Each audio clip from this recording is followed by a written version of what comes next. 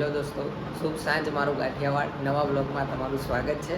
આજનો બ્લોગ મારા માટે બહુ જ સ્પેશિયલ છે, કારણ કે એવા મારા સપોર્ટર, મારું વર્લ્ડ, મારું હેપીનેસ, હું જે કહું એ મારા માટે બધું જ છે કે એવા મારા મમ્મી જાનનો બર્થડે છે।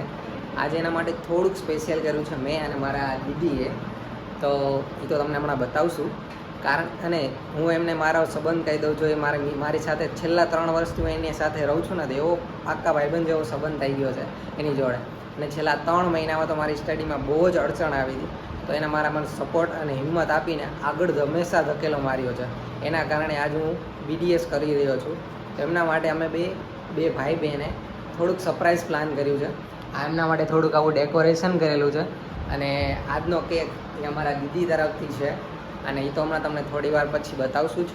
અને મારા તરફથી પણ એક સરપ્રાઈઝ છે, એ હમણાં તમને આ વ્લોગમાં બતાવીશ જ। આજે એમના માટે કંઈક કરવાનું હતું, છેલ્લું બહુ જ ઈચ્છા થતી હતી, બટ આજે ચાન્સ મળ્યો છે, તો એનો મોકો ઉપાડ્યો છે મેં અને મારા દીદીએ। તો તમને બતાવીએ ફાઇનલી દોસ્તો, વેઇટ ઇઝ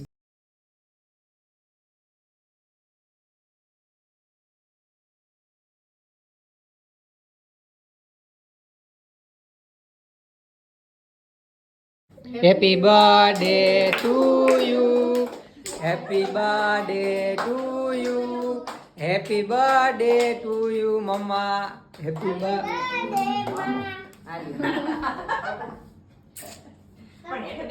હવે આપણું સીન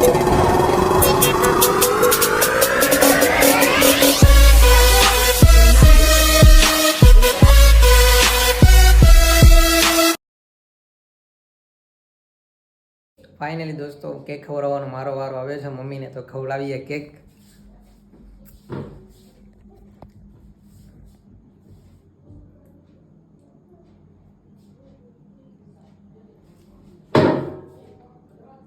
મારા સપોર્ટર છે, હંમેશા હિંમત બનીને રહ્યો। ફાઇનલી દોસ્તો, મારું સરપ્રાઈઝ તો હું ભૂલી જ ગયો હતો કેક ખવડાવવામાં, તો મારું સરપ્રાઈઝ હું આપું મમ્મીને।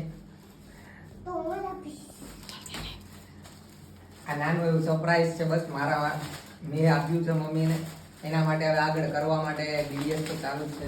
જો ફરી તો જો કેવું છે, નીકળે નથી। Thank you.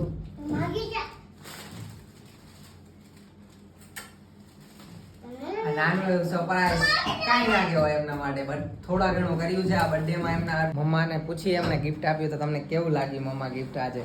બહુ સરસ, બહુ મસ્ત ગિફ્ટ તારું। આ તો સોનામાં સુગંધ મળે એવું ગિફ્ટ તે મને આજે આપ્યું છે। Thank you, thank you, thank you. આજનો વ્લોગ કેવો લાગ્યો તમને એ મને લાઈક, કોમેન્ટ ગમે તે થ્રુ કહેજો। બાકી મારા માટે તો બહુ સ્પેશિયલ વ્લોગ છે આ, અને તમારો હવે રિસ્પોન્સ જોઈએ દોસ્તો।